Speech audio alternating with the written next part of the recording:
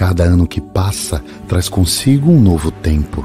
Como um vento, o tempo leva e traz vida, e com ela se alternam diferentes momentos. É por isso que precisamos de pausas, para dar espaço ao silêncio e nele consolidar o que aprendemos e podemos escutar dos mais sábios e benevolentes. O Espiritismo é caminho da palavra, do silêncio, do sentimento e da imagem. É ação. Como um canal de prática de amor e difusão de conhecimento, a FEB TV existe para transmitir os postulados do Espiritismo e oferecer roteiros que permitam avançar nesta trilha que é a vida. Agradecemos muito a vocês por fazerem parte da corrente. Graças às doações, podemos realizar nossa missão de estar perto e propagar a doutrina espírita. Vamos seguir juntos plantando e colhendo a paz. Seja você também um investidor do bem. Colabore com a FEB TV. Juntos podemos mais. febtv.com.br.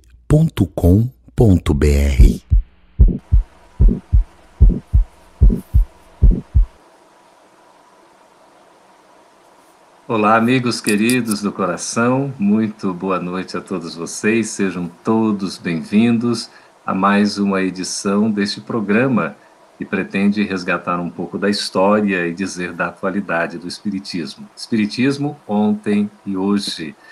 Queria agradecer a presença dos nossos convidados especiais de hoje.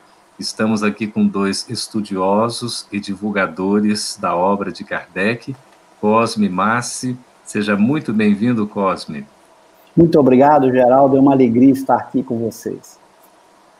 E bom, estamos também aqui com Simão Pedro, palestrante, divulgador do Espiritismo. Simão, seja bem-vindo. Muito obrigado, Geraldo. Uma alegria poder participar aqui com vocês dois. E de estudiosos são vocês dois, né? Eu sou só o que está inteirando o trio aqui. Então vamos dizer que nós todos somos aprendizes, graças a Deus, né? Aprendizes do Evangelho de Jesus à luz do Espiritismo. Mas certamente nós estamos aí, Cosme e Simão, com um público que já está chegando, um público grande, viu? Já fazendo seus comentários, seus cumprimentos. Fiquem à vontade, façam suas perguntas. Nós temos apenas uma hora de programa que vai passar voando, com toda a certeza, por conta desse tema tão atual. O nosso intuito aqui é trazer a obra de Kardec para que ela possa se tornar conhecida. E assim nós divulgarmos esse trabalho, não é, Cosme e Simão, maravilhoso que Allan Kardec nos legou como codificador da doutrina espírita. E hoje, em especial, nós vamos mostrar uma obra que não é tão conhecida assim do nosso público. Eu queria que a nossa produção mostrasse aí, por gentileza. Olha sobre o que nós vamos falar nesta noite. Vai ser sobre o céu e o inferno. Aqui nós temos as capas atuais, desde a edição, que é mais clássica, na tradução aqui de Manuel Quintão. Aí nós temos a tradução também do Céu e Inferno de Evandro Noleto, na edição também de bolso. E colocamos aqui ao lado a obra que é psicografada pelo Cândido Chico Xavier, Justiça Divina. Nós temos aqui a explicação exatamente de trechos do livro O Céu e o Inferno. Então, vale a pena aí, nós temos, nesta obra Espíritos, que vem pela psicografia de Chico Xavier, esclarecer para nós estas questões. Bom, olha só que interessante, eu queria já começar perguntando para o Cosme, nossa produção nos volta aí para a gente... Cosme, o céu e o inferno, ou a justiça divina segundo o Espiritismo. Qual que é exatamente o conteúdo desta obra? Gostaria que você nos explicasse, para que a gente pudesse entender a importância dessa obra no contexto da codificação do quinteto, do Pentateuco kardeciano, que são 5 livros. Nós temos aí o livro dos Espíritos, o livro dos Médiuns, o Evangelho segundo o Espiritismo, o Céu e o Inferno e a Gênese. Qual que é a importância do céu e o inferno nesse conjunto da codificação espírita? Campete, lembrar primeiramente que essa obra, como Kardec comenta no prefácio, não só dela, mas de todas as outras 4 obras, além de O Livro dos Espíritos, que todas elas são consequências e aplicações daquilo que se encontra em O Livro dos Espíritos. O Livro dos Espíritos contém todos os princípios fundamentais do Espiritismo, mas extrair deles as consequências e as aplicações, nem sempre todo mundo consegue. E eu digo, graças a Deus que Kardec fez isso em outras obras, para que a gente pudesse aprender a refletir e tirar a consequência dos princípios. E o Céu e o Inferno foi extraído lá da quarta parte, que trata de quê? Das esperanças e consolações, onde Kardec estuda 2 grandes capítulos em O Livro dos Espíritos, das penas e gozos terrestres e das penas e gozos futuros. E o objetivo fundamental é tratar deste que é o tema que está como título da obra, Justiça Divina segundo o Espiritismo. E Allan Kardec, então, apresenta esse estudo aprofundado da justiça divina. E eu quero aqui esclarecer aqueles que nos acompanham. Muito cuidado com a palavra justiça, porque quando a gente olha a palavra justiça, vem à mente a virtude da justiça, aquela virtude cardial já proposta por Aristóteles na sua obra sobre ética Nicômaco. Claro que Allan Kardec trata da virtude da justiça em O Livro dos Espíritos, na terceira parte, na lei de justiça, de amor e caridade, onde ele vai usar uma frase de Jesus para caracterizar a virtude da justiça, que é, ele usa a seguinte frase: queira cada um para os outros o que deseja para si próprio. Essa virtude da justiça é a virtude que nos compete praticar, é o nosso primeiro dever. O primeiro dever do homem é ser justo, porque é impossível ser caridoso ou amar o próximo sem ser justo. A justiça é o primeiro dever de todos nós. Por isso Kardec escreveu a lei de justiça, de amor e caridade, botando a justiça em primeiro lugar, é o primeiro dever. Mas não é esse o dever, não se trata da virtude da justiça, se trata da justiça divina, que Kardec vai definir por uma outra frase de Jesus: a cada um segundo as suas obras. A justiça divina, diz Kardec, é Deus quem aplica. Ela sempre acontece, porque Deus é sempre justo. A virtude da justiça é aquilo que nós podemos fazer para sermos justos. Mas a justiça divina não é aplicação humana, é aplicação divina. Então, mesmo que eu não viva a virtude da justiça, mesmo que eu seja injusto, Deus nunca deixa de ser justo, porque a justiça divina é a realização de Deus, se não a realização dos homens. Então, Kardec vai aprofundar essa temática em O Céu e o Inferno, que ele não teve tempo ali de tratar com cuidado nas outras obras, embora os princípios já estavam no Livro dos Espíritos, mas precisava aprofundar esse tema tão importante. O que é essa justiça divina? Como ela se realiza, seja na Terra, seja na vida espiritual. Então, daí a importância de fazer esse desenvolvimento de O Livro dos Espíritos, explorando esse tema tão importante da justiça divina. Pois é, Simão, nós temos o Livro dos Espíritos, né, que é o livro principal, o primeiro de todos, né, da codificação espírita, o primeiro livro espírita publicado no mundo, né, quando a doutrina espírita surge efetivamente com essa denominação, e desse livro surgem os demais do chamado Pentateuco, como estava explicando Cosme. E nós temos, então, da segunda parte o Livro dos Médiuns, da terceira parte o Evangelho, da quarta parte o Céu e o Inferno, e da primeira a Gênese. Quando a gente fala no livro O Evangelho segundo o Espiritismo, é como se a gente estivesse, talvez, falando de um presente, de uma vivência da existência em conformidade com os ensinos de Jesus, aproveitar bem a nossa presente encarnação. Quando a gente está falando da Gênese, talvez nos referindo mais às origens, à criação, aos inícios, aos começos, e quando a gente fala do céu e do inferno, poderíamos dizer que a gente está se referindo ao futuro, ao porvir, ao que nos aguarda depois da morte. Como é que você vê essa conexão? Uma boa forma, uma boa, digamos, distribuição que você fez, Campete. Didaticamente, você fez uma distribuição muito interessante, né, do momento presente, que são as leis que estão aqui sendo vivenciadas por nós todos, a origem, o destino, né, e principalmente o destino. E um ponto interessante é percebermos o que é, de fato, a doutrina espírita, o que ela veio trazer naquele conceito de Moisés, Jesus e o Espiritismo, não no sentido de revelações, mas se nós observarmos, cada uma veio trazendo algo que a outra deixou aguardando. Moisés falou da existência de um único Deus, trazendo a ideia de Abraão, mas um Deus legislador. Mas não falou nada de uma vida futura, de um momento futuro que não fosse o terreno.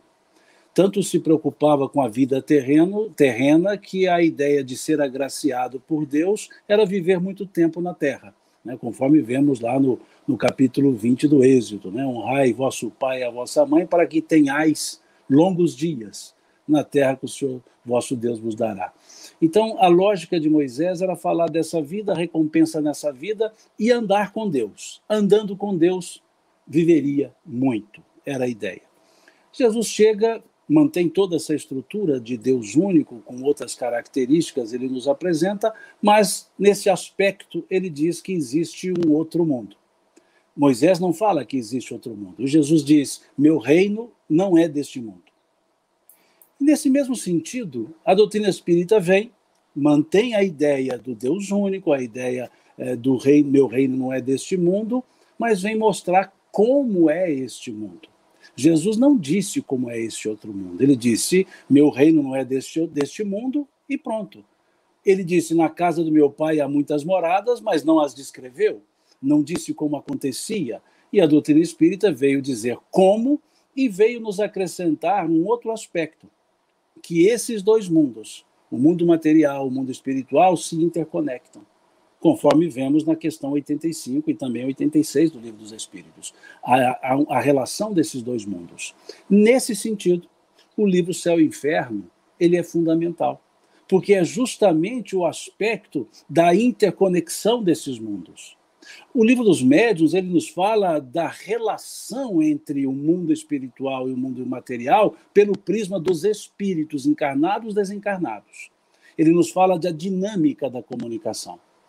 O livro Céu e Inferno já vai nos falar da característica dessa inter-relação e que as leis aplicáveis são as mesmas e elas seguem. A vida, aspas, continua no sentido de somos os mesmos, encarnados ou desencarnados. Então vem nos trazer a ideia de uma justiça divina como continuidade ou aplicabilidade da mesma justiça divina aqui na Terra. Só que por uma visão mais ampla do próprio ser, do próprio espírito, que dimensionamos melhor as leis de Deus. Vem nos mostrar essa ideia de uma justiça de Deus que é sempre boa e uma bondade de Deus que é sempre justa. Porque essa é a ideia do livro Céu e Inferno. A bondosa justiça de Deus e a justa bondade de Deus. Então, a justiça de Deus é boa, a bondade de Deus é justa. E é isso que está nesse aspecto de nos mostrar o futuro, que não é um futuro de punição ou de beatitude, é um futuro consequencial dessa condição do presente. Então, esses dois livros, terceiro e quarto do Livro dos Espíritos, são plenamente, didaticamente sequenciais e são necessariamente sequenciais, porque o que aqui fazemos reverbera lá, o que de lá trazemos, aplicamos aqui. Então, esse futuro que o Céu e o Inferno nos mostra não é o futuro da punição ou da absolvição, é o futuro das consequências das nossas ações. O Cosme muito bem disse que a justiça é aplicada por Deus, mas não é aplicada no sentido de um censor, é aplicada pelas próprias leis, pela própria dinâmica das leis. E isso é que é o céu e o inferno. E ele dá essa continuidade, de maneira tal que, vivendo o livro terceiro, as leis morais, nós divisamos o livro quarto, as penas e gozos futuros. Muito bem colocada essa sua ideia, essa sua didática do hoje e do amanhã. Ô, Simão Pedro e Cosme, eu, por um dever de consciência, eu preciso dizer o seguinte: o roteiro do nosso programa é do Pedro Azevedo, Pedrinho, um rapaz de 30 anos, não é? Até o Cosme estava elogiando aí as perguntas todas, então as perguntas são dele associadas aí com a nossa interpretação. Então, nossa gratidão ao Pedro, não é, por essa elaboração tão esmerada, né, do roteiro, que a gente vai seguindo aqui, não é? com a nossa liberdade, naturalmente, nesse bate-papo. Cosme, o Simão estava falando dessa sequência no trabalho de Allan Kardec, não é? Por que esta sequência? O Livro dos Espíritos, depois nós temos o Livro dos Médiuns, o Evangelho segundo o Espiritismo, o Céu, o Inferno e a Gênese. Explica para nós, por favor. Veja, quando você olha a construção de O Livro dos Espíritos, na sua primeira edição de 57, e depois na segunda edição definitiva de 60, Allan Kardec vai deixar isso já claro, qual seria a sequência que ele daria. Primeiro, ele trata no primeiro livro das causas primeiras, Deus, Espírito e Matéria. Assim começa o Livro dos Espíritos, que é a temática filosófica mais complexa, mais difícil de tratar. Porque, como o Espiritismo não pretende ser uma filosofia especulativa, mas uma filosofia que se apoia no ensino dos espíritos e, portanto, na ciência espírita a ser construída, tratar dessas questões metafísicas que envolveriam o exame da própria ciência espírita teria que aguardar um tempo. Então, a Gênese não poderia ser tratada já de início. Essas eram questões que precisava, primeiramente, a formulação da própria ciência espírita de uma forma científico-filosófica, como ele vai fazer com os princípios do Livro dos Espíritos, na segunda parte, que trata dos espíritos e suas relações com os homens, por isso a segunda parte trata do mundo espírita, o mundo dos espíritos, e aí ele tem que desenvolver essa ciência na obra seguinte, que é o Livro dos Médiuns, para que ele pudesse consolidar primeiro o ensinamento científico do Espiritismo, para que não houvesse nenhuma dúvida quanto a este ensinamento. Claro, depois de apresentar, obviamente, essas bases científicas que ele vai desenvolver no Livro dos Médiuns, que teria que ser, portanto, a sua segunda obra, ele descobre algo muito importante. Quando você estuda a ciência espírita e começa a mergulhar nas suas consequências, principalmente depois que você mergulha na segunda parte e você vê a escala dos espíritos, que os espíritos têm graus hierárquicos diferentes, que esses graus hierárquicos são consequências do seu conhecimento intelecto-moral, era necessário ver quais são as leis morais que decorreriam desta informação científica muito bem construída por ele, tanto na segunda parte quanto em O Livro dos Médiuns. Então, daí vem a terceira parte, que é das leis morais. As leis morais passam a ser algo fundamental, que é a ética formulada a partir das leis naturais que Kardec apresentou antes. Pela primeira vez na história, nós vamos ter uma ética formulada em leis naturais de uma forma tão bem construída como vai estar ali na terceira parte, e que depois será desenvolvida no livro O Evangelho segundo o Espiritismo, desenvolvendo e explicando aquela ética que estava ali já na terceira parte. E é claro, como o Simão Pedro observou, uma vez que você tem as leis morais que o homem deve seguir, o passo seguinte é o que acontece quando ele cumpre as leis morais. O que acontece quando ele não cumpre as leis morais? Ou seja, quais são as consequências do cumprimento ou não das leis morais? Essas consequências vai ser a quarta parte do Livro dos Espíritos. É por isso que ela tem 2 capítulos. O que acontece se o homem não cumprir as leis morais ou cumpri-las? Penas e gozos terrestres. Se ele não cumprir na terra, penas. Se ele cumprir, gozos terrestres. O que acontece se ele cumprir ou não cumprir a lei no futuro? Na vida espiritual, penas e gozos futuros, que são as consequências naturais das leis morais que foram estabelecidas na terceira parte. Então, vinha necessariamente o céu e o inferno como sequência. Ele teria que surgir a seguir, deixando a parte mais espinhosa e difícil, que é a questão metafísica por trás da ciência. Esse é o ponto difícil, quem é da filosofia sabe, que as questões metafísicas sempre são as questões mais espinhosas para serem tratadas. Então, Kardec esperou o amadurecimento da ciência espírita, da ética espírita e das consequências dessa ética espírita para que você pudesse, então, entrar agora de uma forma muito mais rica, com muito mais propriedade nas origens. na questão da Gênese. Então, a Gênese só poderia aparecer mesmo no final, depois do amadurecimento das ideias. Kardec vai deixar isso claro, você não pode ser intempestivo, as ideias têm que surgir na hora certa, quando as coisas estão mais maduras, a ciência espírita tinha que estar amadurecida, a ética espírita precisava estar amadurecida para que ele pudesse abordar as questões graves que ele aborda na Gênese, os milagres e as predições. Temas difíceis de serem tratados que ele deixou por último naturalmente, numa sequência didática que eu entendo ser uma sequência absolutamente clara para que todos nós pudéssemos aprender com muito mais propriedade. E é a sequência que eu costumo recomendar para se estudar. Tente estudar também as obras nessa sequência para que você esteja melhor habilitado em conceitos e ideias para compreender o pensamento de Kardec e dos espíritos que estão nessas obras, ok?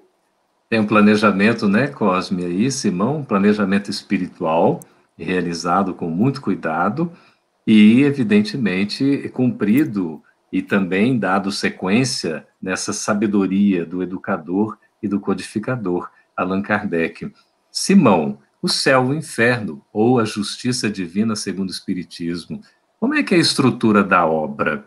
A obra teve uma primeira edição em 1861 e também tem uma segunda edição... 65, nesse mesmo... só corrigindo você, 65. Opa, desculpa. Exatamente, 1865, obrigado aí, Cosme, eu estou aqui com o Livro dos Médiuns na cabeça. O Céu e o Inferno, 1865, teve a sua primeira edição, e depois teve uma segunda edição, que foi considerada, né, terceira, e depois a quarta edição, não é, Cosme, que vem aí apresentando esse dinamismo, essa evolução. Eu queria que a nossa produção mostrasse, por favor, para eu fazer pergunta ao Simão, as capas, na verdade, são os rostos, né, que a gente chama folha de rosto dos livros históricos. Olha só que interessante. Aí no original, em francês, O Céu e o Inferno, a Justiça Divina segundo o Espiritismo, a primeira edição de 1865. Aqui nós temos a folha de rosto, né? Essa obra está disponível na Biblioteca de Obras Raras da FEB, está disponível também aí, não é, em PDF, digitalmente, nesse trabalho muito bonito que o Cosme faz, da Kardecpédia, não é? Mostre, por favor, a segunda edição, a quarta edição. A quarta edição, que é considerada a edição definitiva, de 1869. Muito obrigado aí à produção. Depois eu vou perguntar algo histórico para o Cosme, mas eu gostaria que o Simão nos explicasse. Simão, o Céu e o Inferno está dividido em duas partes. Como é que é a estrutura desse livro? Por que Kardec primeiro organiza, né, didaticamente, essa parte, digamos assim, mais teórica, de substância, de doutrina, né, de filosofia, e depois ele traz uma parte prática, como se estivesse, não é, entrevistando, não é isso? Interrogando, evocando os espíritos. O porquê dessa sequência? Qual é a lógica que Kardec nos traz? Todo laboratório pressupõe uma teoria precedente. Não se vai a elaborações práticas sem os fundamentos teóricos. Isso é um princípio natural, né, de qualquer ciência. E Kardec, ele tinha esse viés. Eu não digo que Kardec é positivista, não, mas o viés positivista da apresentação, da fixação, da repetição. E ele tinha essa característica de buscar fundamentos, o que ele chamava, o que ele tinha como preocupação de unidade de princípios. Então ele se dedicava ao máximo para fundar a base, para o fundamento estar sólido, para depois os outros elementos serem trabalhados. Isso nós vemos, inclusive, os espíritos nos dizendo, né, quando associamos a questão 230 com a questão 132 do Livro dos Espíritos, sobre o aprendizado teórico no mundo espiritual e a utilidade prática no mundo material. Né, quando pergunta lá sobre a encarnação na 132 e o aprendizado na erraticidade. E Kardec seguiu a mesma lógica.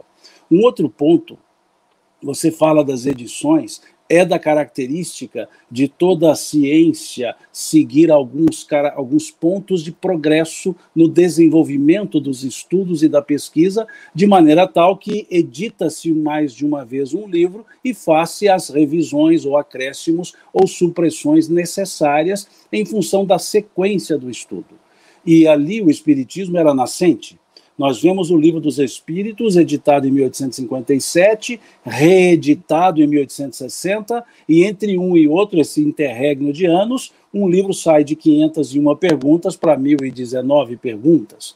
Ou seja, a segunda edição é como se fosse um outro livro, mais do que o dobro de perguntas do que estavam na primeira edição. Se olharmos o Livro dos Médiuns, ele foi precedido das instruções práticas das manifestações dos Espíritos. E da segunda edição já esquece as instruções práticas sobre a manifestação dos Espíritos e vem o Livro dos Médiuns completo, né? E assim ele vai fazendo com as demais obras e não foi diferente com Céu e Inferno. A cada estudo, a cada aprofundamento, uma outra edição, para ajustamento, adequações de ideia. O Livro dos Espíritos, a partir da segunda, ele escreve os pós-fácios nas edições seguintes, que vai suprindo algumas lacunas, alguns pontos que ele prefere não reescrever, mas colocar nesses pós-fácios. Então, é uma característica. No Céu e Inferno, então, nessa edição que você cita, a quarta edição, ele estrutura em 2 pontos. A teoria advinda do livro 4 do Livro dos Espíritos, sobre justamente esse aspecto do porvir, do nada, do temor da morte, das questões do céu, do inferno, purgatório, ou seja, os assuntos debatidos. Então ele vem trabalhar esses assuntos, apresentar as questões justamente das doutrinas das penas eternas, das incongruências ou congruências das diversas doutrinas, e esgotando todo esse assunto, anjos, demônios, esgotando esse assunto do ponto de vista teórico, e partindo até de uma certa pedagogia pestalozziana, quando ele parte do conhecido para o desconhecido. Ele parte do conhecido, a teoria dos demônios, a teoria do inferno, a teoria do céu, que são coisas conhecidas das religiões, e do conhecido ele vai desmontando o raciocínio conhecido e edificando um raciocínio daquilo que até então era visto como desconhecido. Então era preciso que se formasse essa base teórica para que explicasse que o sofrimento, os sofredores, os aspas, demônios eram comunicações, eram níveis espirituais, e aí sim, depois que estabelece toda essa didática teórica, esse fundamento teórico, ele vem para os elementos práticos. Ele vem para a segunda parte da obra, e didaticamente bem pensado, segunda parte, como que dizendo, olha, a fundamentação está aqui, agora observemos os elementos práticos dessa fundamentação. E ali ele divide as comunicações dos espíritos pelos estados dos espíritos. Os sofredores, os felizes, ele separa ali em alguns grupos para poder justamente mostrar a característica dessas comunicações. E características que no Livro dos Médiuns ele estudou. Características que lá no livro 2º do Livro dos Espíritos, da questão 100 a 113, ele estudou.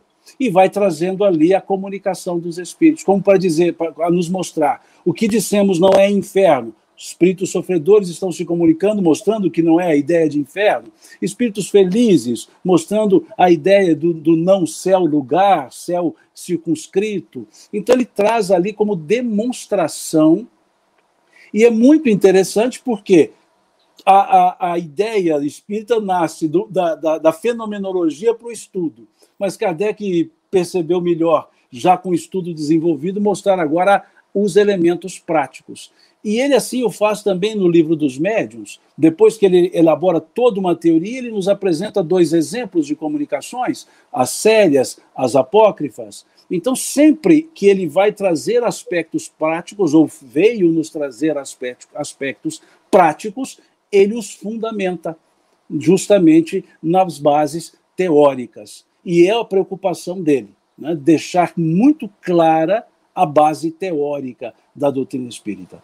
Daí, quando encerra o Livro dos Espíritos, quantas conclusões ele coloca?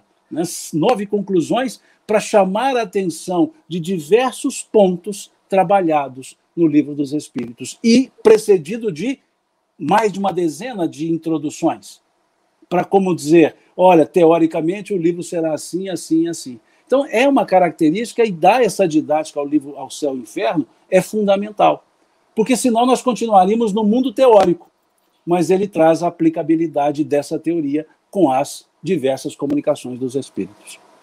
E a demonstração de que a comunicação dos espíritos é um fato, né? Nós temos aqui o Cosme e Márcio já se materializando novamente, né? Aqui hoje a gente ia ser coisa rápida, né, Cosme? Olha, é muito interessante. Nós estamos tendo aí uma participação intensa do público, várias pessoas, né, falando da importância das obras de Kardec, do seu estudo, de conhecer realmente, da gente adentrar até nas entrelinhas, conhecer profundamente Kardec. Eu diria até, minha gente, assim, queridos amigos do coração, se a gente conhecer bem Kardec, nós vamos dispensar algumas perguntas, porque são desnecessárias, com todo o respeito. Quando a gente começa a conhecer Kardec, a gente vai vendo ali a essência. Mas eu quero trazer uma pergunta histórica para aí também esclarecer um amigo, né, uma amiga que fez a questão, viu, Cosme? Que é a seguinte, tomando a obra, como o Simão estava explicando, a obra histórica, O Céu e o Inferno, de 1865, primeira edição. Nós temos a 4ª edição, que já é de 1800 e... Qual é o ano? 72? 69. 69. Kardec ainda estava encarnado, né? Tudo leva a crer isso nas pesquisas realizadas. Eu queria que você nos explicasse, Cosme, como é que é essa história de edição e depois ter uma edição definitiva? Porque em nenhuma das obras do chamado Pentateuco Kardeciano, a primeira edição é a definitiva. No Livro dos Espíritos foi a segunda, de 1860, não é isso? Do Céu e Inferno do Livro dos Médiuns foi a segunda, de 61, mesmo ano da primeira. Do Evangelho foi a terceira. A primeira foi de 64, a terceira foi de 66. Aí nós temos o Céu e o Inferno, que é a 4ª, não é a primeira de 65, mas é a 4ª de 69. E da Gênese também não é a primeira, é a 5ª, enfim. Como é que você explica para nós essa questão da edição definitiva e o que de fato alterou? Porque isso até hoje suscita algumas dúvidas, e alguns irmãos nossos ficam na dúvida, mas a obra, ela foi alterada, e aí usa uma expressão, diríamos, um tanto quanto forte, né, que teria sido adulterada. Como é que você nos explica isso, Cosme? Veja, é claro que a obra não foi adulterada, a obra foi alterada, porque se ela foi alterada pelo próprio autor, não houve adulteração. Houve apenas alteração, o que é muito comum em todos os autores, os grandes autores fazem ajustes nos textos, aperfeiçoam o texto, e Kardec tem uma frase muito interessante quando ele vai falar na Revista Espírita sobre os cismas. Ele vai deixar muito claro, lá na Constituição Transitória do Espiritismo, na Revista Espírita de dezembro de 68, ele fala algo muito interessante. Ele diz assim, para evitar aquele cisma, que seriam divisões, interpretações equivocadas, ele diz assim, que ele ia proceder de maneira que os escritos dele não deixassem espaço para nenhuma interpretação contraditória. Ele diz que ele se esforçaria sempre para isso. Então, é natural que, para evitar interpretação contraditória, que você faça ajuste nos textos.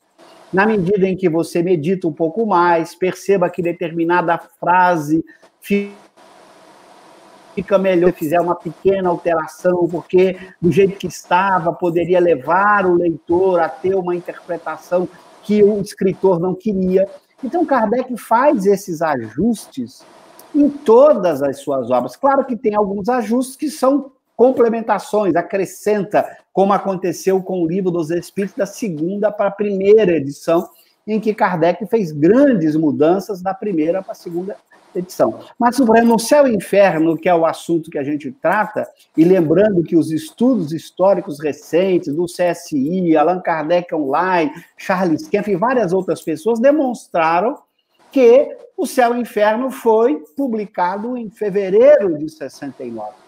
e mais ainda, no catálogo racional que foi descoberto recentemente, que Kardec publicou em março de 69 e anexou no volume de abril da Revista Espírita de 69, portanto, ele deixou pronto antes de morrer. Nesse catálogo, ele faz referência à 4ª edição de O Céu e o Inferno.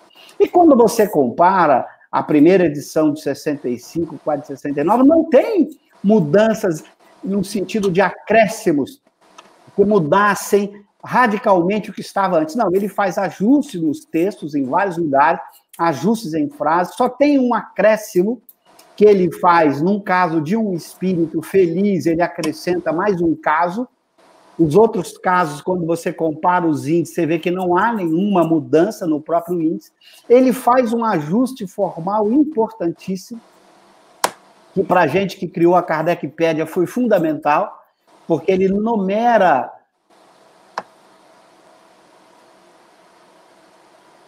dentro da palavra. Na primeira edição, ele numerava, o capítulo ficava inteiro. Então, para você fazer referência a um parágrafo dentro de um capítulo, você não conseguia.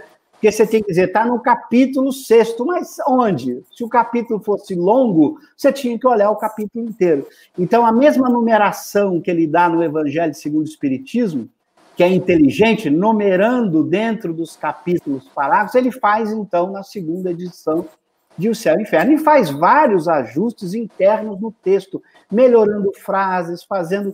que é típico de um grande autor, que percebe a necessidade de fazer os ajustes para deixar mais claro, para não dar espaço a uma leitura equivocada. E isso ele fez o tempo inteiro. Quando eu citei essa frase aqui, é um exemplo disso. O esforço dele para que o Espiritismo, pelo menos por meio de suas obras, não gerassem dupla interpretação, que todo mundo pudesse interpretar exatamente como deveria interpretar, como ele queria o escrever, e não criando cisma por conta de interpretação. Então, é muito natural essa prática.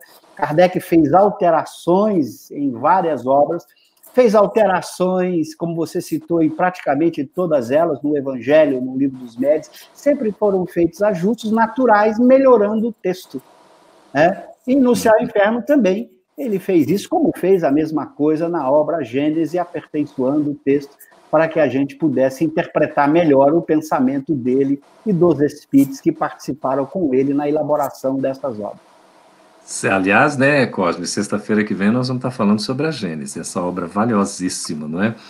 Ô Simão, a gente vê a importância do conteúdo, como é importante nós estudarmos Kardec, daí a recomendação para a leitura, para o estudo, para que a gente conheça profundamente essa base espírita, porque com essa segurança vai ficar mais fácil a nossa trajetória, não é? E eu queria que a nossa produção trouxesse aí uma cartela para a gente fazer aí o conteúdo, enquanto os nossos amigos vão participando, aí vão escrevendo.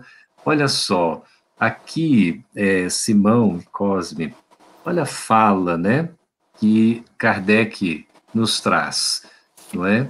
Aqui está registrado na biografia de Allan Kardec, por Henri Sauce, e também obras póstumas. Suscitarás contra ti ódios terríveis, inimigos encarniçados se conjurarão para tua perda, ver-te-ás a braços com a malevolência, com a calúnia, com a traição mesma dos que te parecerão os mais dedicados.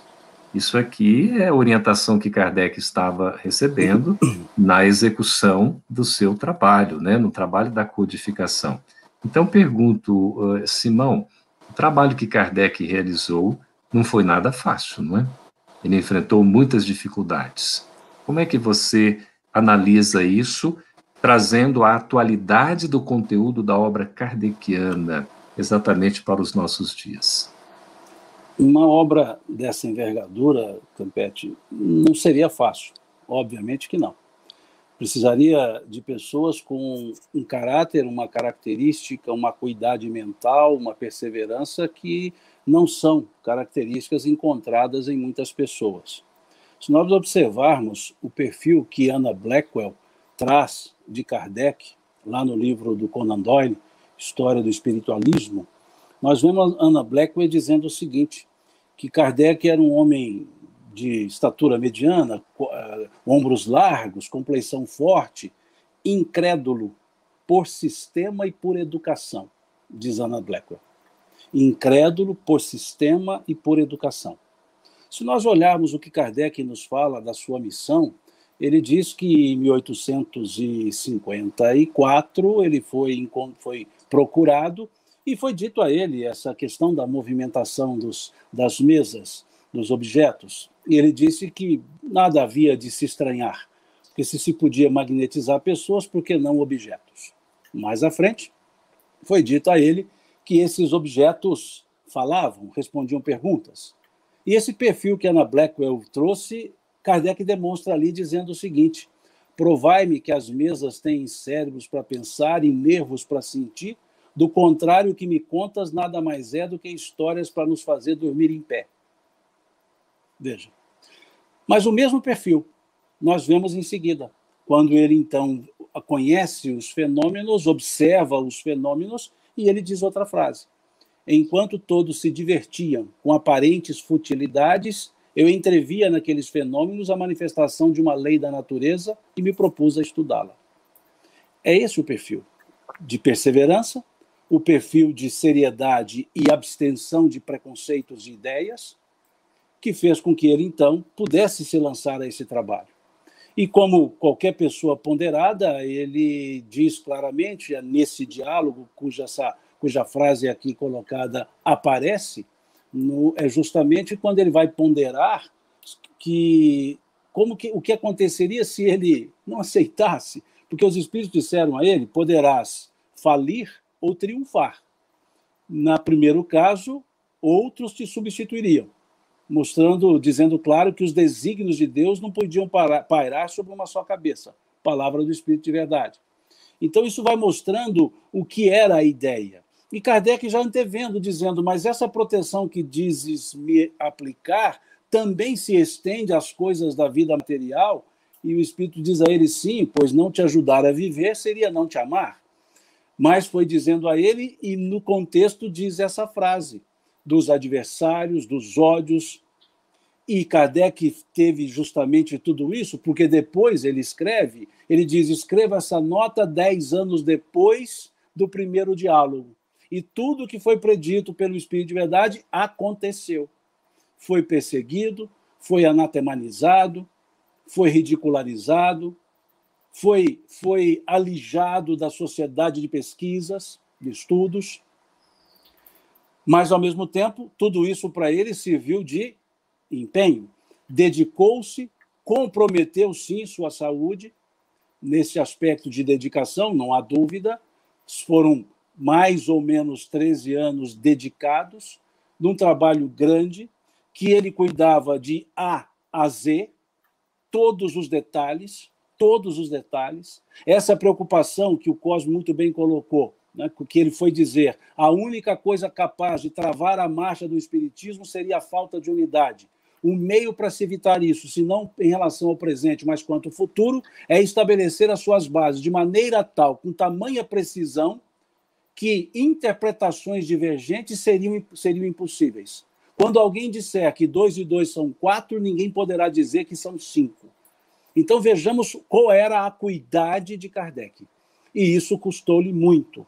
Foi uma obra de grande envergadura, tanto foi que naquele momento do seu desencarne estava já pronto uma série de trabalhos que acabou ensejando algumas discussões atuais por esse aspecto, dada a sua previdência, deixando coisas prontas com antecedência. E tudo que nós temos hoje, se nós formos estudar profundamente, tentar conhecer profundamente como o Cosme conhece, nós levaríamos mais do que 13 anos. Nós levaríamos mais do que os 13 anos, em média, que Kardec levou para trazer tudo isso. E com uma situação, um fato, uma obra que pode ser remota no tempo, mas são palavras vivas e atuais. Não há que se falar em atualizar o pensamento kardeciano. Não há que se falar. Há que se falar em compreender esse ensino e também compreender a didática kardeciana. Usar a mesma dedicação que ele usou para escrever, nós usarmos para lê-las, as obras, para conhecer essas obras. para nos debruçar nessas obras e percebermos que elas são atuais, não para situações, não explicam fatos atuais, elas nos dão as bases epistemológicas para entendermos os fatos atuais. A obra kardeciana é uma obra de fundamento epistemológico de viver, é um fundamento epistemológico de vida. Não é uma obra simplesmente filosófica no sentido teórico, é uma obra densa, é uma obra de profundidade. Daí, na conclusão número 7 do Livro dos Espíritos, Kardec chamar a atenção para esse ponto, que Clóvis muito bem colocou na didática da apresentação das obras, na sequência dessas obras. Kardec prevê essa sequência nessa conclusão número 7, quando ele fala dos 3 aspectos sob os quais o Espiritismo se apresenta: da fenomenologia, dos efeitos morais advindos da fenomenologia e da aplicabilidade desses efeitos, que é o que ele coloca na conclusão número 7. E se nós olharmos isso, a aplicabilidade desses efeitos é atualíssima, a aplicabilidade. Então, quando vejo pessoas dizendo que Kardec precisava ser reescrito, eu diria que Kardec precisava ser lido, porque talvez nem lido ainda foi para tentar reescrever, nem Exato. entendido ainda foi na profundidade necessária, porque se tivesse sido, nós não teríamos as celeumas que nós vemos hoje no movimento espírita, também previstas por Kardec. Não previstas, antevistas, porque não foi precognição. Era uma questão muito lógica. Esses interesses pessoais sobrepondo aos interesses da própria doutrina.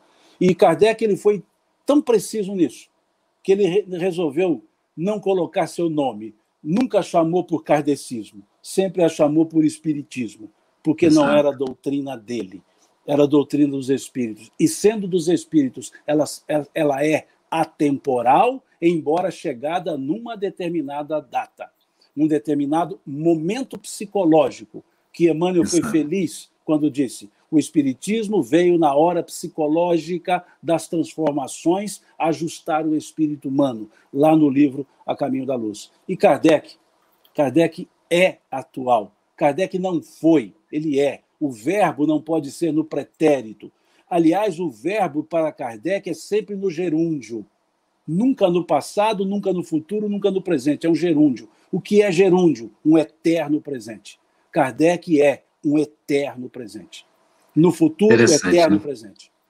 Que coisa, né, Simão e Cosme? Ver aí a atualidade da obra de Kardec, que é a obra dos espíritos, né? Ele como codificador, como missionário que materializa esta obra entre nós, o seu pensamento numa construção tão assim inteligente e tão bem estruturado, e a gente tem hoje a oportunidade de conhecer isso de forma didática, metódica, até para facilitar o nosso entendimento.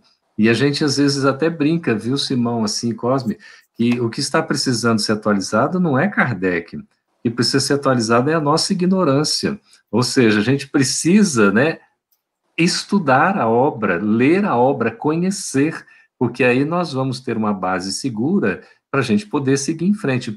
Cosme, diante desses enfrentamentos que Kardec teve, ele nunca desistiu. Ele sempre prosseguiu porque, né, intimorato, intemerato, ele não tinha medo, era corajoso, é uma pessoa que enfrentou os desafios, era um homem que estava à frente da sua época, sem dúvida alguma, né, com uma visão de futuro impressionante, e um assíduo, disciplinado missionário, cumpridor, né, do dever, da missão que assumiu. Bom, e o conteúdo, Cosme? Porque a gente vê com Kardec aquela explicitação de que o espiritismo, na expressão que está lá de Jesus, né, falando que a letra mata, o espírito vivifica, a gente vê o espiritismo fazendo isso, realmente tirando da letra que mata o espírito que é vivo, tirando do vocábulo da palavra que tem lá a sua simbologia.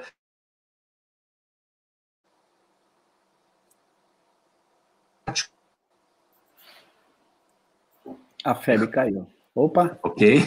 Voltou. Só o Campete saiu.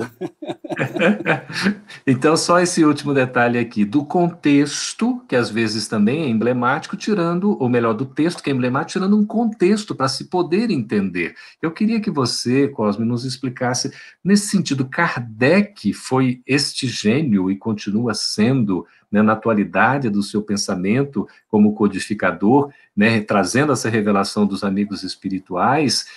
Nesse sentido, o espírito é vivo. A espiritualidade é atuante, a verdade é atemporal. Muito bem, Campetti, veja só, quando a gente estuda o Espiritismo, segundo o que se encontra nos textos de Kardec e dos Espíritos, a gente observa a preocupação permanente de estabelecer aquilo que são as leis naturais, que regulam a vida dos espíritos e suas relações com os homens.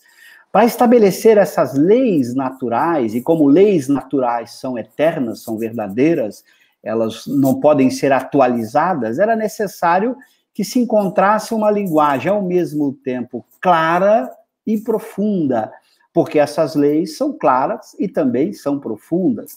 Então, Allan Kardec teve essa grande habilidade, e por isso talvez ele tenha sido escolhido como alguém capaz de expressar o pensamento dos espíritos superiores, já que os princípios fundamentais da doutrina foram pelos espíritos superiores ditados a Kardec, como ele vai dizer no item 13º, 13 do primeiro capítulo da Gênese, o caráter da revelação espírita, que o espiritismo foi construído a 4 mãos, as mãos dos espíritos, que trouxeram os pontos fundamentais e os princípios, e as mãos dos homens, em particular, as mãos desse homem extraordinário, Allan Kardec, que, no meu entender, foi o que melhor soube expressar o pensamento desses espíritos superiores, em especial do Espírito de Verdade, do próprio Cristo, numa linguagem rica, clara, profunda e precisa, sem ambiguidades, sem contradições. Isso é muito raro na história mesmo da filosofia, você encontrar filósofos que não entram em contradição entre os seus próprios textos, que cedo ou tarde, quando falam alguma coisa, lá na frente descuidam e acabam propondo algo que pudesse entrar em contradição com o que já havia sido dado. Eu até hoje, mergulhando por mais de 40 anos nas obras de Kardec, nunca encontrei uma contradição nos seus 22 livros fundamentais, 23 aí com catálogo racional. Esta habilidade que ele teve de verter numa linguagem mais precisa, científico-filosófica, uma linguagem não parabólica, não mística, sem figuras de linguagem, uma linguagem direta, própria do discurso científico-filosófico, de tal maneira que a gente só tem esse trabalho de estudá-lo, como observou aí o Simão. O que está faltando hoje é o estudo da obra de Kardec. As pessoas precisam estudar mais, mergulhar no texto kardeciano com seriedade, seguindo aquela recomendação que ele fala lá no item 8 da introdução de O Livro dos Espíritos. O estudo sério, que é feito com continuidade, com regularidade e com recolhimento. Esse estudo contínuo em que você vai seguindo a sequência das ideias. Essa é a continuidade, uma ideia se liga a outra ideia, que se liga a outra ideia, essa continuidade que a gente precisa dar. Há pessoas que abrem livros ao acaso, vão lendo um pedacinho, começa a ler um pedaço de um livro, vai ler pedaço do outro. Não se pode ter uma clareza conceitual se você não der essa continuidade na lógica dos conceitos que estão em suas obras. A regularidade, estudar constantemente. A regularidade diz respeito ao tempo, a continuidade diz respeito à epistemologia, ao conhecimento, à forma de aprender e de estudar. E a gente tem esquecido isso. Há pessoas que pegam frases fora do contexto, como você lembrou, retiram um pensamento descontextualizado. Se você fizer isso com qualquer escritor, retirar frases fora do seu texto, do seu contexto, você vai encontrar leituras equivocadas. Então, todo esse cuidado de ler com mais detalhes, de se ater fundamentalmente à precisão da linguagem. Para citar um exemplo simples que a gente tem acompanhado em toda essa discussão, há pessoas que comparam, por exemplo, uma edição com outra, por exemplo, a 4ª edição da Gênesis com a 5ª, aí pega lá uma frase, tá vendo? Kardec não pode ter mudado isso, porque a frase não faz sentido. Que você vai ler, você percebe que a pessoa está lendo mal. Porque ela tomou para si a tese de que estava adulterada e foi buscar o argumento na leitura. Ela parte da adulteração para tentar encontrar o argumento. E sempre que eu explico essas comparações no nosso grupo de estudo, eu mostro o contrário. Gente, foi Kardec que fez. Então vamos ver por que ele melhorou. E aí a gente consegue descobrir por que ele melhorou, qual era o propósito dessa melhora, desse aperfeiçoamento no texto natural de um grande escritor. Então, o que está faltando é essa capacidade nossa de debruçar mais no estudo sério. Mas não é estudar seriamente apenas para estudar, como observou aí o Simão. Espiritismo é uma doutrina científico-filosófica com consequências morais que são as mais importantes, essas consequências morais. E Kardec chega a dizer algo que eu gosto muito de citar, quando Kardec vai lá na Revista Espírita, aproveitando agora que nós estamos aí chegando no ano novo, quando ele vai responder em fevereiro a uma carta, a uma mensagem dos espíritas leonenses, ele vai dizer o seguinte, que aqueles que julgam os únicos que querem se colocar como aqueles que mais entendem, que mais compreendem, primeiramente tem que demonstrar maior prática da caridade. E ele diz uma frase muito interessante, ele diz, os erros do espírito pesam menos na balança de Deus que os erros do coração. O erro do espírito é quando, às vezes, você faz uma leitura errada, aí você escuta o companheiro falar, isso pesa menos que os erros do coração. O que são os erros do coração? Quando você falta com a caridade para aquela pessoa, que fez uma leitura diferente, às vezes uma interpretação precipitada, não percebeu que o seu raciocínio não estava correto. Se você a agride, a ofende, se você gera violência, agressividade, você está cometendo um erro muito maior, que é o erro do coração, é faltar com a caridade. E ele vai dizer, se houver divergências entre pessoas, entre grupos, ele vai ficar com aquele que mais caridade demonstrar. Olha a sabedoria. Porque a gente, às vezes, dado a leitura, a fragilidade de conhecimento, não dominar a obra como um todo, a gente pode ter uma interpretação equivocada. Isso é natural. Numa obra tão profunda e tão rica como é a obra do Espiritismo Fundamental, essas obras de Kardec e dos Espíritos, é natural que, às vezes, você fica com um equívoco de interpretação, mas você nunca pode faltar com a caridade, criar brigas, confusões entre pessoas, entre grupos, desnecessariamente, porque o objetivo é tentar ajudar o outro a compreender melhor. E para citar um exemplo, eu, durante muito tempo, achei que a pergunta 228 de O Livro dos Espíritos tinha um erro.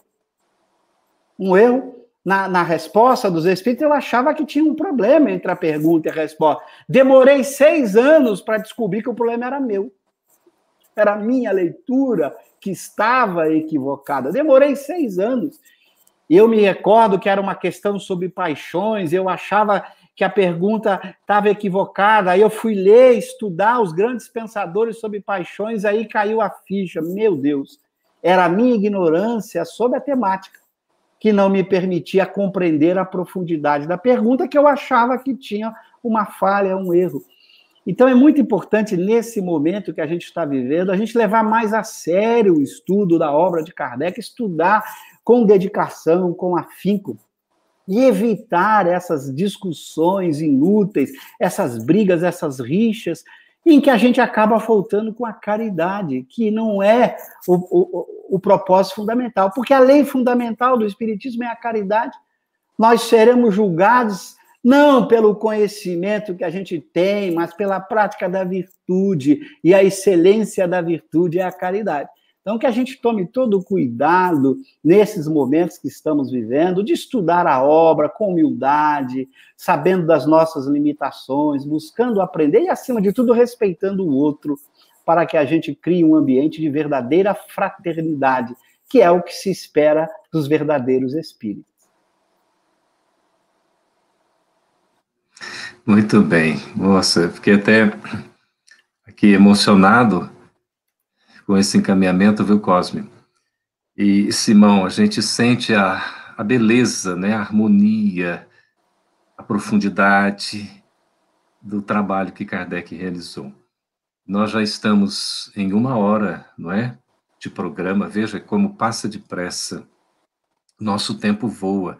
Mas eu queria fazer um bate-bola aqui, se vocês permitirem, rapidamente, na obra de Kardec, né, no pensamento de Kardec, revelando aí a espiritualidade superior.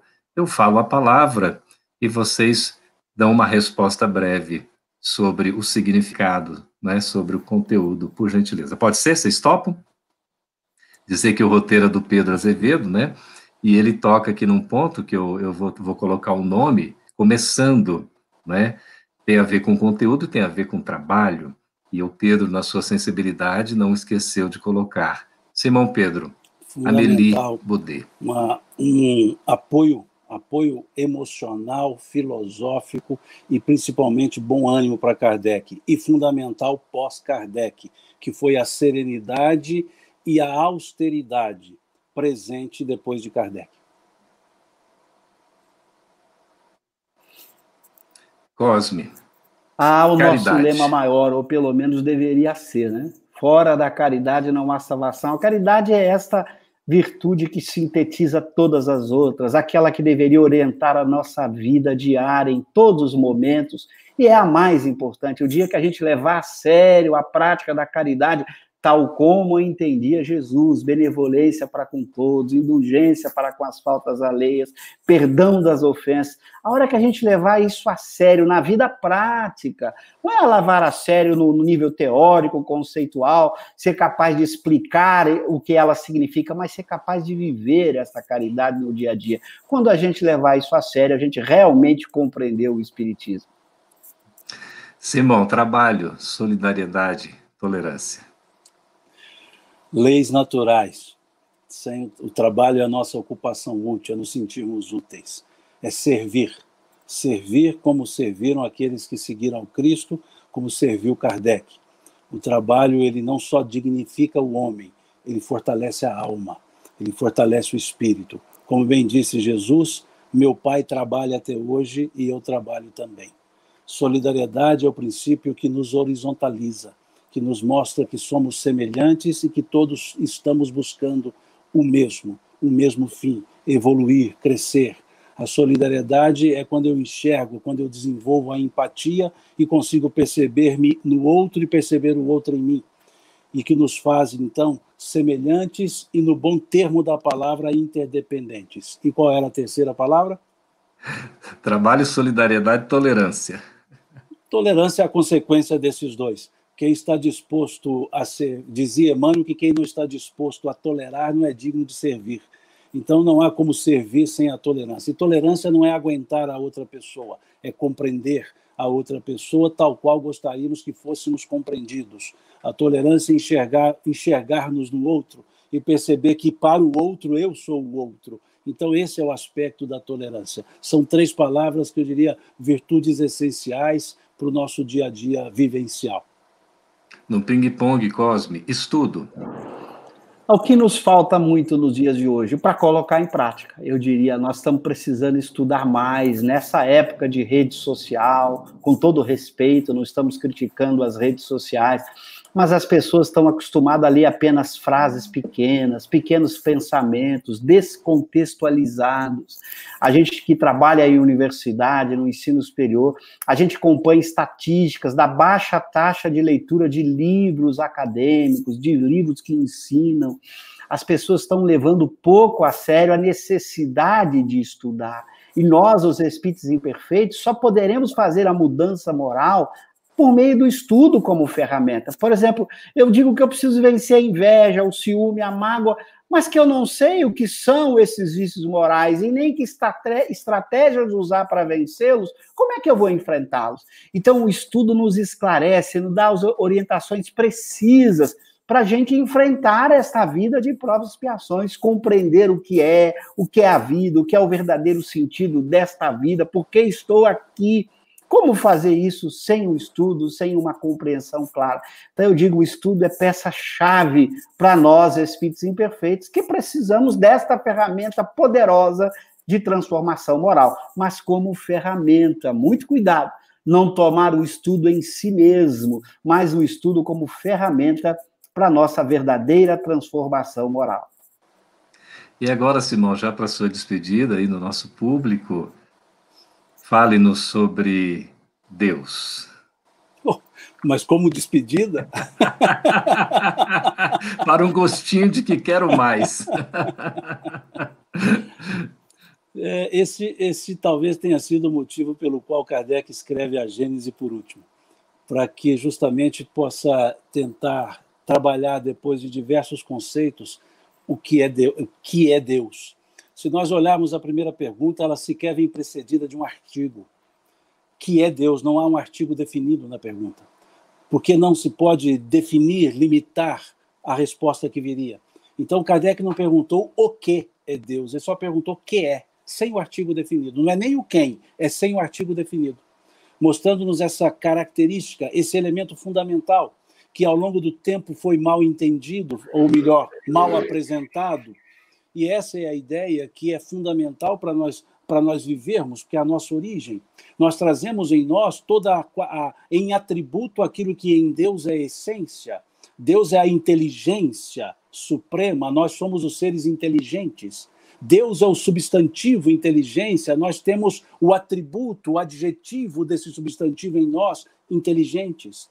O que nos faz perfectíveis e não imperfeitos, apenas perfectíveis, capacidade de aperfeiçoamento.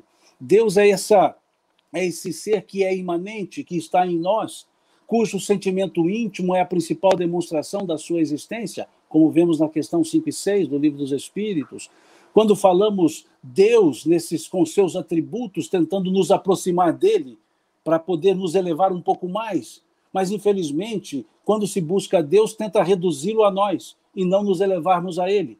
Então, quando não conseguimos nos elevar, nós reduzimos o conceito dele ao nosso entendimento, em vez de ampliar o nosso entendimento para aproximarmos-nos da ideia de Deus. Então, é esse ser soberano, soberano sim, suprema inteligência, suprema sim, mas que nos criou e deixou em nós todo o potencial evolutivo, dada a sua própria natureza de eternidade, nos deu a imortalidade. Da eternidade derivou a imortalidade, da inteligência derivou o inteligente. Então é essa a ideia, da bondade justa, da justiça boa, derivou essa oportunidade que nós temos do bem. Então esse é Deus, esse é o pensamento. E aí não entramos para a teologia, eu prefiro entrar pela teodiceia, esse estudo da natureza, essa busca da natureza, porque a teologia fria é um reducionismo, é reduzir Deus ao nosso nível. A teodiceia nos permitir caminhar ao encontro dele. E é isso que Kardec faz, porque o estudo da questão 1 a 13 é o estudo da teodiceia. É essa busca de Deus. E nós precisamos muito buscar Deus. Muito bem, Cosme, para fechar então, nesse momento, não é? O espírito imortal. Isso é o que nós somos, e a gente precisa levar a sério verdadeiramente isso. Essa é a essência do espiritismo em oposição ao materialismo. Na proposta materialista, o homem é um corpo que pensa. Seus pensamentos, sua consciência, sua percepção, suas emoções são propriedades do corpo. Morre o corpo, morre o homem, na visão materialista. Com o espiritismo, essas são características da alma ou espírito. É o espírito que pensa, que sente, que quer, que leva consigo suas experiências pretéritas, que continua vivendo, prosseguindo na sua imortalidade. E a gente precisa levar isso mesmo a sério. Viver com a crença firme de que somos espíritos faz com que a gente distribua os nossos valores de uma forma diferente. A gente passa a valorizar coisas que não valorizávamos antes. O corpo passa a ter uma importância secundária na vida daquele que acredita que é um espírito imortal. Então, daí a importância de Kardec, quando nos apresenta, por meio de argumentos muito bem construídos e apoiados nos fatos dos fenômenos espíritas, demonstrando que somos uma alma imortal. Eu diria que é o ponto central do espiritismo. Não é à toa que Kardec, ao defini-lo de forma sintética no preâmbulo do que é o espiritismo, vai dizer que o espiritismo é a ciência que estuda a natureza, a origem, o destino dos espíritos e suas relações com o mundo corporal. É o tema central do espiritismo e que a gente precisa levar a sério isto, para que a gente possa mudar a nossa forma de ser e de pensar. Com isso, nós nos igualamos, porque todos somos espíritos, sem exceção, não há distinções de nenhum tipo, não há preconceito, todos somos espíritos criados simples e ignorantes e caminhamos em direção a Deus. Então, é, para mim, um tema mais importante que a gente precisa debruçar, porque todos vão decorrer dos espíritos. Uma vez que eu saiba que sou um espírito imortal, as leis naturais que daí seguem, a gente só resta viver aquele ensinamento moral de Jesus que se encontra na terceira parte do Livro dos Espíritos, em O Evangelho segundo o Espiritismo, que só faz sentido, como mostra Kardec, uma ética só faz sentido numa crença segura e verdadeira de que continuamos após a morte do corpo. Por isso, Allan Kardec fundamenta toda a ética na existência e sobrevivência do espírito, ok? Muito bem. Muito obrigado, Cosme e Márcio. Muito obrigado, Simão Pedro, pela presenças tão valiosas, tão ricas. Obrigado pela presença de todos vocês. Quem gostou, esteja conosco na próxima sexta, que a gente continua com esses estudos sobre as obras de Kardec, sobre essa importância do trabalho do codificador. Beijo no coração de cada um de vocês e o abraço virtual. A nossa gratidão. Obrigado, um grande abraço. Obrigado. Muito obrigado, Campete. Obrigado, Cosme. Cada ano que passa traz consigo um novo tempo. Como um vento, o tempo leva e traz vida, e com ela se alternam diferentes momentos. É por isso que precisamos de pausas, para dar espaço ao silêncio e nele consolidar o que aprendemos e podemos escutar dos mais sábios e benevolentes. O Espiritismo é caminho da palavra, do silêncio, do sentimento e da imagem. É ação. Como um canal de prática de amor e difusão de conhecimento, a FEB TV existe para transmitir os postulados do Espiritismo e oferecer roteiros que permitam avançar nesta trilha que é a vida. Agradecemos muito a vocês por fazerem parte da corrente. Graças às doações, podemos realizar nossa missão de estar perto e propagar a doutrina espírita. Vamos seguir juntos, plantando e colhendo a paz. Seja você também um investidor do bem. Colabore com a FEB TV. Juntos podemos mais. febtv.com.br